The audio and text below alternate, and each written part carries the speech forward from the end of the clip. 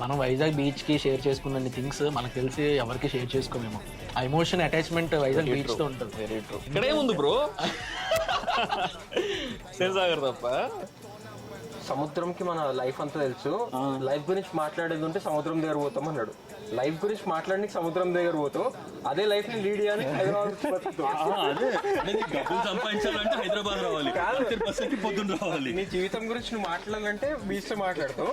ఆ జీవితం ఈడికి రావాలి. ఫుడ్ కావాలంటే ఈడకే రావాలి, మీ అమ్మ నాన్నకి ఏమైనా కావాలని ఈడకే రావాలి, మళ్ళీ లగ్జరీ లైఫ్ స్టైల్ కావాలని ఈడకే రావాలి, మళ్ళీ ఈడొచ్చి ఈడే బతకాలి నువ్వు. లగ్జరీ కాదు బ్రో, నాకు నిన్న తెలిసింది.